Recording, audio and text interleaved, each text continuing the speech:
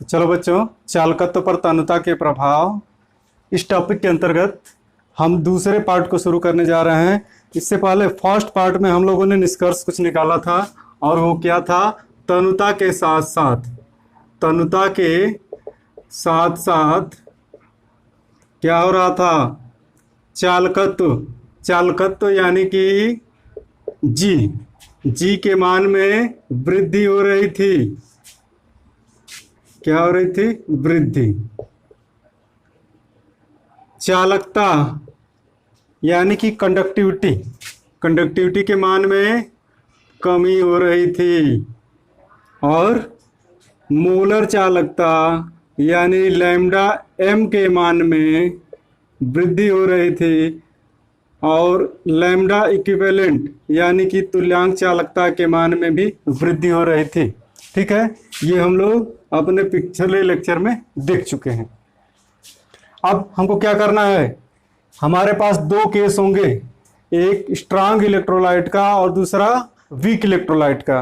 तो हमको ये देखना है कि स्ट्रांग इलेक्ट्रोलाइट के केस में ये वैल्यूज इसी तरह रहती हैं और वीक इलेक्ट्रोलाइट के केस में ये इसी तरह रहती हैं, या कुछ थोड़ा बहुत परिवर्तन होता है। तो हमारे पास दो केसेज हैं। केस फर्स्ट है स्ट्रांग इलेक्ट्रोलाइट के लिए और केस सेकेंड है वीक इलेक्ट्रोलाइट के लिए। तो चलो दोनों केसों को देखते हैं। तो ये है चालकत्व पर तन्यता का प्रभाव। प्रबल व दुर्बल विद्युत अपघट्यों के लिए कुछ भिन्न होता है, थोड़ी बहुत असमानता होती है स्ट्रांग इलेक्ट्रोलाइट के केस में और वीक इलेक्ट्रोलाइट के केस में। तो हम लोग केस नंबर फर्स्ट देखते हैं। केस नंबर फर्स्ट, प्रबल विद्युत अपघट्य के लिए, प्रबल विद्युत अपघट्य के लिए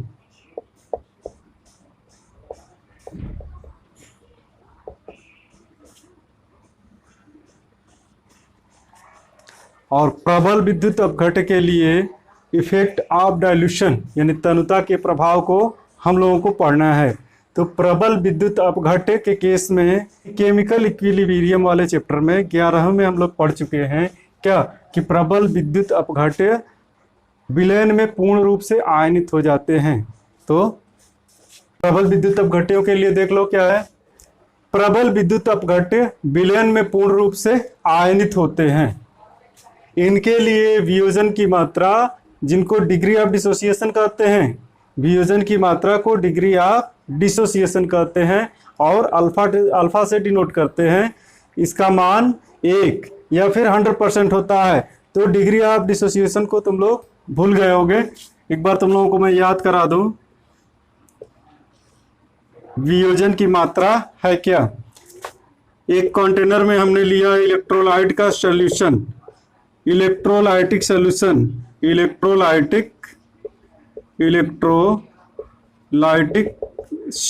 है। इस इलेक्ट्रोलाइटिक सॉल्यूशन में अगर ये स्ट्रांग है तो कहा जाता है कि पूर्ण रूप से आयनित होता है। सपोज करो कि अगर इसमें हमने डाले हैं इलेक्ट्रोलाइट के 100 मॉलिक्यूल्स, मोल नहीं मॉलिक्यूल्स, यानी 100 अणु, मोल नहीं है, 100 अणु डाले हैं। तो अगर ये स्ट्रांग इलेक्ट्रोलाइट है तो 100 के 100 अणु वियोजित हो जाएंगे। यानी कि अगर यह AB प्रकार का इलेक्ट्रोलाइट है तो क्या होगा? AB प्रकार के इलेक्ट्रोलाइट के केस में जब वियोजन होता है तो A+ और B- प्रकार के आयन बनते हैं। यानी एक अणु के वियोजन से क्या मिलता है? एक धनायन और एक ऋणायन। तो ठीक है, यहाँ हम लोग क्या देख रहे हैं कि 100 अणु लिए हैं, यानी कि 100 अणु, और ये चूंकि स्ट्रांग है, स्ट्रांग का मतलब या तो KCl हो सकता है या फिर HCl हो सकता है या NaCl हो सकता है। ये सब क्या है? स्ट्रांग इलेक्ट्रोलाइट है और विलयन में पूर्ण रूप से आयनित हो जाते हैं। तो यहाँ पे हमको क्या दिख रहा है? स्ट्रांग इलेक्ट्रोलाइट के केस में वियोजन की मात्रा हम कैसे कैलकुलेट करेंगे? तो वियोजन की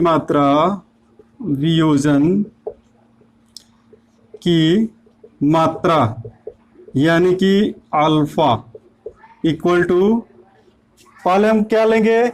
बटे के नीचे लेंगे कितने मॉलिक्यूल्स लिए थे, कितने मॉलिक्यूल्स यहाँ लिए थे 100, और कितने इसमें से टूटे 100, यानी सभी के सभी मॉलिक्यूल्स वियोजित हो गए। तो यहाँ हमको क्या मिला है, अल्फा इक्वल टू 1।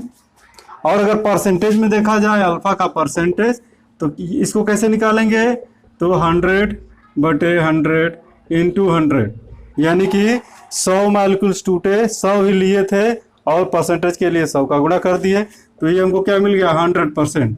तो वियोजन की मात्रा 100% और न्यूमेरिक में 1 होता है। तो यहाँ क्या मिल रहा है, अल्फा की मात्रा 1 या फिर 100% स्ट्रांग इलेक्ट्रोलाइट के केस में होती है। तो प्रबल विद्युत अपघट्ट विलयन में पूर्ण रूप से आयनित होते हैं, इनके लिए वियोजन की मात्रा यानी अल्फा का मान 1 या फिर 100% होता है। अब इनके केस में हमको ये देखना है कि इनको अगर तनु करते हैं तो तनुता का क्या प्रभाव पड़ता है, तनुता का प्रभाव इनके केस में प्रबल विद्युत अपघट्ट के केस में है तनुता का प्रभाव। सबसे पहले हमको देखना है चालकत्व पर, चालकत्व यानी कि कैपिटल जी पर तनुता का क्या प्रभाव पड़ रहा है।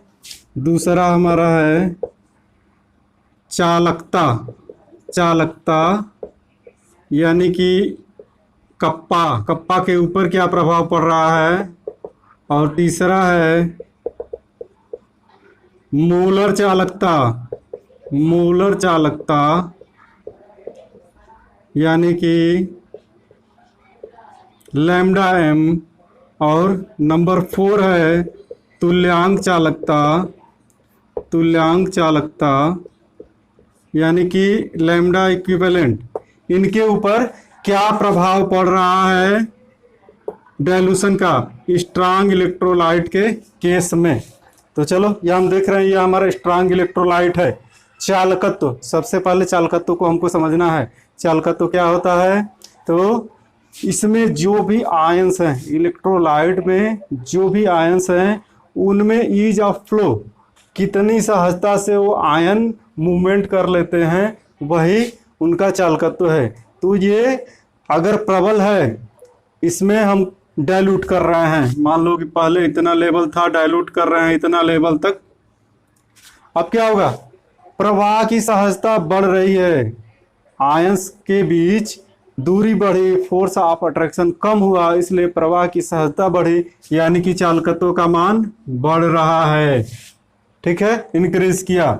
दूसरा कंडक्टिविटी यानी चालकता के ऊपर क्या प्रभाव पड़ेगा, तो चालकता के ऊपर पर ml 1 ml सॉल्यूशन के अंदर आयंस की संख्या, कितने आयंस है, तो यहाँ हम क्या देख रहे हैं, मान लो कि पहले 1 लीटर था और डाइल्यूट करने के बाद 2 लीटर हुआ है, तो पहले कितने अणु, पहले इसमें कितने आयंस थे, 100 अणु थे, तो वियोजन से 200 आयंस इसमें बने होंगे। अब 200 आयंस 2 लीटर में पूरे डिस्ट्रीब्यूट हो गए, बिखर गए, यानी कि 1 ml में आयनों की संख्या आधी हो चुकी है। पहले 1 ml में जितने आयन थे उसके आधे हो गए, यानी कि कंडक्टिविटी हमारी घट रही है, उसी तरह जैसे हम पहले निकाले थे। तीसरा केस है मोलर चालकता।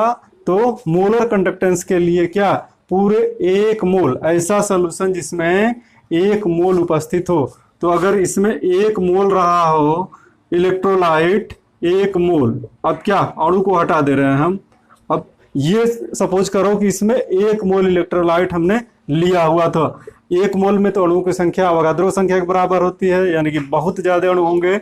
तो 1 मोल इलेक्ट्रोलाइट लिया हुआ है, उसको डाइल्यूट किया और डाइल्यूट करने के बाद 1 लीटर से 2 लीटर पर लेके गए हम, तो क्या हुआ, मोलर चालकता के लिए हम क्या देखते हैं, कप्पा इंटू Vm, फार्मूला है lambda m equal to kappa into Vm। तो चूंकि कप्पा यहाँ पे क्या हुआ, घट रहा है, ये हम देख रहे हैं, कप्पा की वैल्यू तो घट रही है, लेकिन उसके अनुपात में ये वॉल्यूम ज़्यादा, उसके अनुपात में वॉल्यूम को हम बहुत ज़्यादा इंक्रीज कर रहे हैं, इसलिए क्या हो रहा है, यहाँ मोलर चालकता का मान बढ़ रहा है। अब तुल्यांक चालकता का मान भी बढ़ रहा है, क्यों? क्योंकि दोनों की व्याख्या एक जैसे ही है। तो हमने क्या देखा, जब हमारा इलेक्ट्रोलाइट स्ट्रांग है, प्रबल है, उस केस में एकदम सेम टू सेम हमने जैसा किया था वैसा ही प्राप्त हो रहा है। ठीक है, ये लिख ले रहे हैं, बढ़ता है चालकत्व का मान और चालकता का मान घटता है, मोलर चालकता का मान बढ़ता है और तुल्यांक चालकता का मान भी बढ़ता है। ठीक है, ये हमको मिल गया है। तन्यता का प्रभाव प्रबल विद्युत अपघट्य के केस में है। अब देख रहे हैं दुर्बल विद्युत अपघट्य के लिए केस नंबर 2। तो यहाँ हमको दिख रहा है दुर्बल विद्युत अपघट्य के केस में कि दुर्बल विद्युत अपघट्य विलयन में अल्प आयनित होते हैं, यानी इनका आयनन पूरा नहीं होगा। इनके लिए वियोजन की मात्रा अल्फा का मान 1 से बहुत कम होता है, और 1 से बहुत कम होने का मतलब यहाँ पे हम समझा दे रहे हैं। अगर हमने वीक इलेक्ट्रोलाइट लिया, अगर वीक इलेक्ट्रोलाइट का ये सॉल्यूशन है, ये वीक का है, वीक इलेक्ट्रोलाइट लिया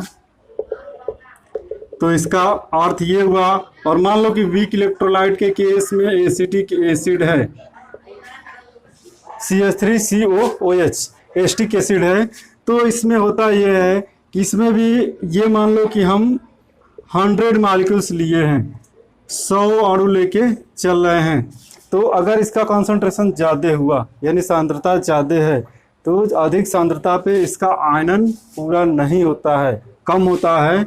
और कम आयनन होने का मतलब इसके लिए वियोजन की मात्रा हम लोग किस तरह से निकालेंगे दुर्बल विद्युत अपघट्य के लिए अल्फा का मान। तो वियोजन की मात्रा अल्फा इक्वल टू, ये मान लो कि हमने 100 अणु लिए थे और उनमें से 10 ही अणु क्या हुए, वियोजित हुए, और जब 10 ही अणु वियोजित हुए तो ये वैल्यू हमको निकल के आ रही है 0.1, यानी कि वियोजन की मात्रा 1 से कम है, 0.1 है। अगर इसका अल्फा का परसेंटेज हम लेंगे तो क्या होगा, 100 मॉलिक्यूल्स लिए थे, 10 ही टूटे, और परसेंटेज के लिए 100 का गुणा किए तो ये वैल्यू मिल गया 10%, यानी कि 10% अणु ही टूट रहे हैं, और ये मात्रा क्या है, 0.1 के बराबर है, 0.1। तो इस केस में क्या होगा, अगर हम तन्यता करते हैं इसके लिए, तो तन्यता के साथ चालकत्व G, और G का मान क्या होगा इसको देखना है। तो चलो, पहले लेवल हमारा इतना था और इसमें मात्रा थी 1 लीटर, 1 लीटर पानी और मिला दिया इसमें, 1 लीटर पानी और मिलाया। ठीक है, अब क्या होने जा रहा है इसमें, ये ध्यान से देखो, आयंस तो दूर दूर हुए जिनके कारण इसकी मोबिलिटी, आयंस की मोबिलिटी बढ़ी, ईज ऑफ फ्लो यानी उनके फ्लो में सहजता बढ़े, इसलिए उनका कंडक्टेंस बढ़ेगा। दूसरा केस, जब हम दुर्बल विद्युत अपघट्य को डाइल्यूट करते हैं तो उसमें क्या होते हैं, कुछ अणु और टूटते हैं, यानी कि उनके वियोजन की मात्रा डाइल्यूशन के साथ बढ़ती है। तो ये नया पॉइंट है, जान जाओ कि दुर्बल विद्युत अपघट्यों में तन्यता के साथ वियोजन की मात्रा बढ़ती है। तो इसको हम यहाँ बॉक्स में लिख दे रहे हैं,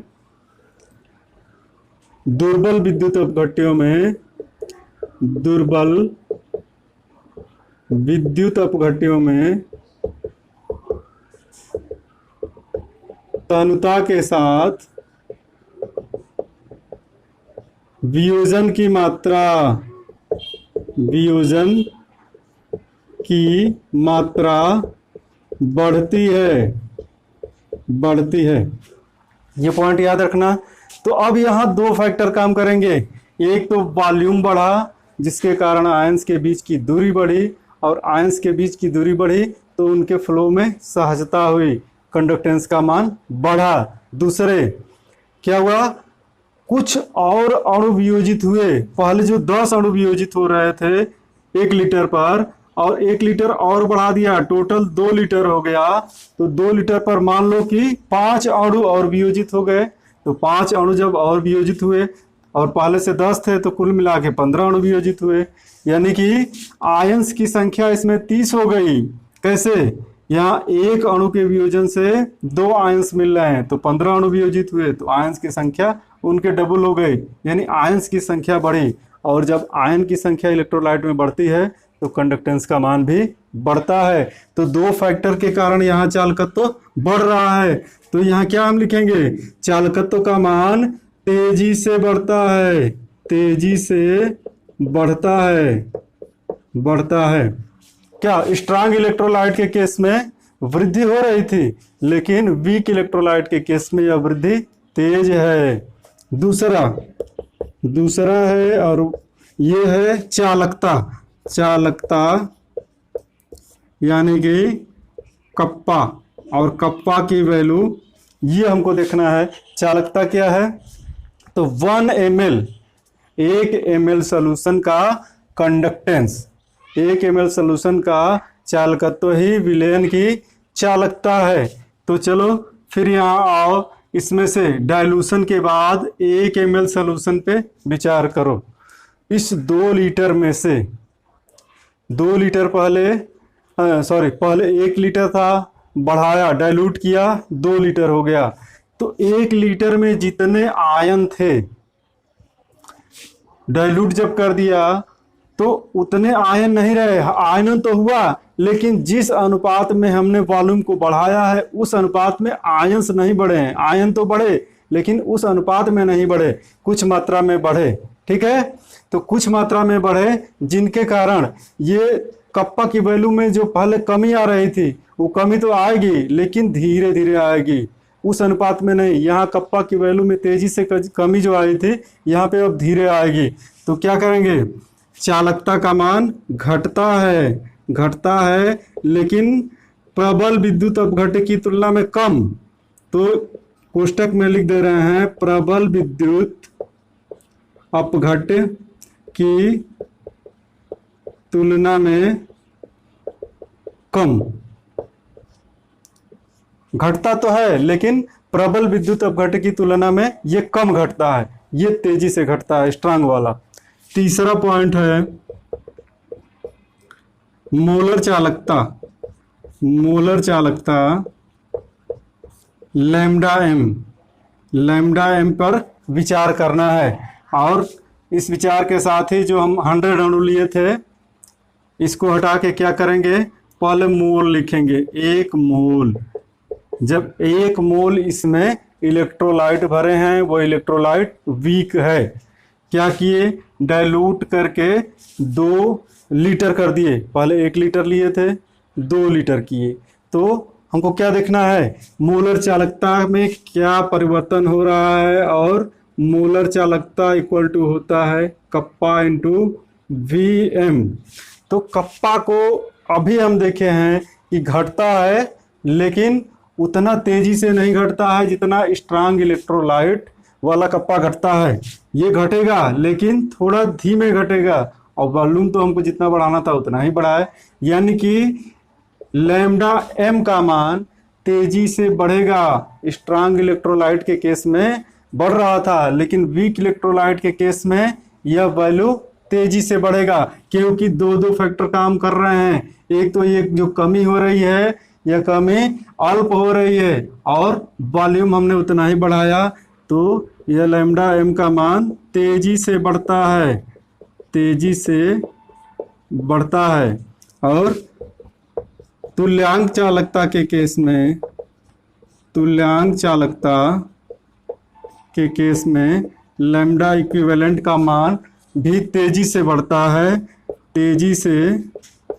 बढ़ता है, और उसकी भी व्याख्या ठीक मोलर इक्विवेलेंट के जैसे की जा सकती है। तो ठीक है, ये था हमारा आज का टॉपिक, पूरा हुआ। That's all, thank you.